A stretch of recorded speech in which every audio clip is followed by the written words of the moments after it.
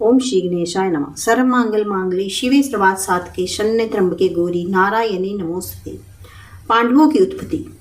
ऋषिगण बोले, मुनिवर सूत जी, कुंती ने कैसे सूर्य का संजोग हुआ जिससे कुंती को कर्ण की जननी होना पड़ा? फिर कुंती कन्या कैसे रही जो पांडु ने उनसे विवाह किया? ये सभी बातें बताने की कृपा करें। सूत जी कहते हैं, द्विजवरों, जिस समय शूरसेन कुमारी कुंती बहुत सी छोटी थी, तभी राजा कुंती बोझ उस कल्याणी कन्या को मांग लाए थे। उसी पुत्री मानकर उन्होंने अपने घर पर ही पाला पोसा। एक बार दुर्वासा जी वहां पधारे। कुंती ने मुनि का सम्यक प्रकार से स्वागत किया। उसकी सेवा से दुर्वासा बड़े प्रसन्न हुए। तदनंतर मुनि ने कुंती को ऐसा एक उत्तम मंत्र बताया जिसके प्रयोग करके आह्वान करने से देवता सभी में आकर मनोरथ को पूर्ण कर दें। दुर्वासा जी चले जाने पर कुंती अपने महल में बैठकर उस मंत्र के प्रभाव को जानने के लिए उपाय सोचने लगी। उस समय सूर्य नारायण आकाश में विराजमान थे। उन पर कुंती की दृष्टि पड़ी।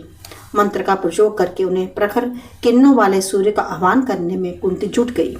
आह्वान करते ही अपने मंडल से परम मनोहर पुरुष का रूप धारण कर भुवन भास्कर अंतःपुर में कुंती के सामने आ पहुंचे।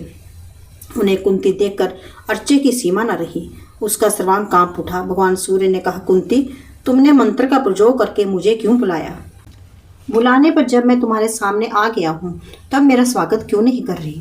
तुम्हारे मंत्र के प्रभाव से मैं विवश हूँ। कुंती ने कहा, धर्म के रहस्य को जानने वाले भगवान, आपसे कोई बात छिपी नहीं है। मैं अभी कन्या हूँ।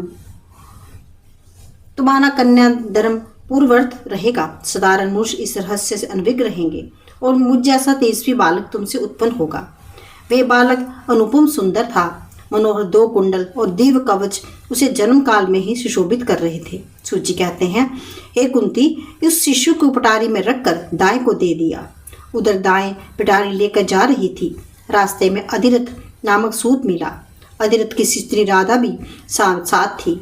उसने इस बच्चे को मांग लिया। फिर अधिरथ के घर का उस बालक का पालन पोषण होने लगा। वही वीर बालक आगे चलकर महाबली कर्ण नाम से विख्यात हुआ।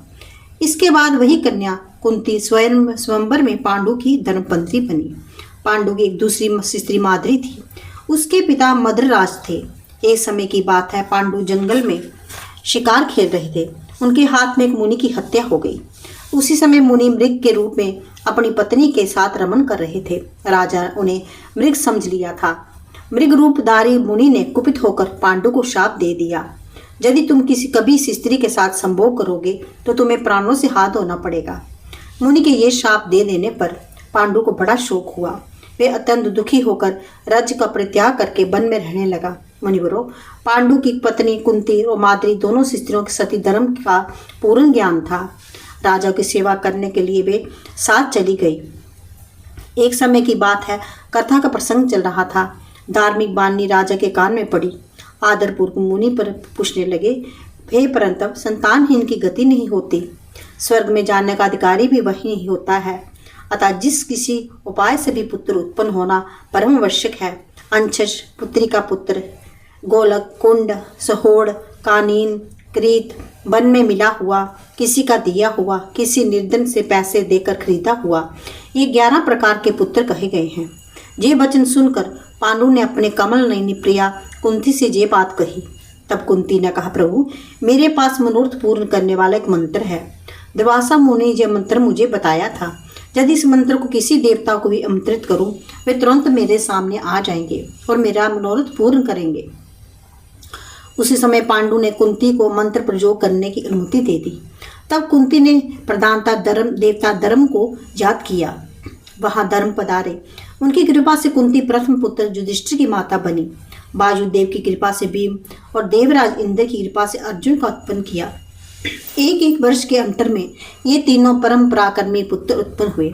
फिर माद्री ने पति देव पांडु से कहा, कुरुश्रेष्ठ, मुझे भी पुत्र दीजिए। महाराज, मैं क्या करूं? प्रभु, मेरा भी दुख दूर करना आपका परम कर्तव्य है। माद्री की बात सुनकर पांडु ने कुंती से मंत्र बताने देने का अनुरोध किया। कुंती बड़ी दयालु हृदय थी। उन्होंने माद्री को मंत्र बता दिया। माद्री ने पति की अनुमति से एक पुत्र के लिए मंत्र प्रयोग किया। श्रवण करने पर दोनों अश्विनी कुमार आ गए। उनके अनुग्रह से माद्री, नकुल और सहदेव इन दोनों पुत्रों की जननी बनी। द्विजवरों, इस प्रकार 5 देव कुमार पांडव पुत्र हुए। एक समय की बात है, आश्रम सुनसान था। माद्री को देखकर पांडु अत्यंत विकारग्रस्त हो गए। मृत्यु सिर पर नाच उठी। उन्होंने माद्री को पकड़ लिया। माद्री निरंतर रोकती रही, फिर भी पांडु देव की प्रेरणा से आलिंगन का उदित हो गया। माद्री का संजोग होते ही पांडु का शरीर धरती पर लुढ़क गया। पांडु के शरीर में प्राण पखेरु उड़ गए। माद्री सतियों के सत्यता प्रदर्शित करने के विचार से पांडु के साथ सती हो गई। उसने दोनों पुत्र धर्म को साक्षी रखकर कुंती को सौंप दिए। जलांजलि देने के पश्चात वहां के निवासी मुनिगण 5 पुत्रों के साथ कुंती को हस्तिनापुर ले आए। फिर उन बालकों को और वह बहू कुंती को लेकर भीष्म सहित सभी सज्जन हस्तिनापुर में रहने लगे। इस प्रकार कुंती के सभी पुत्र उत्पन्न हुए और उनके भीष्म जी ने पालन पोषण किया।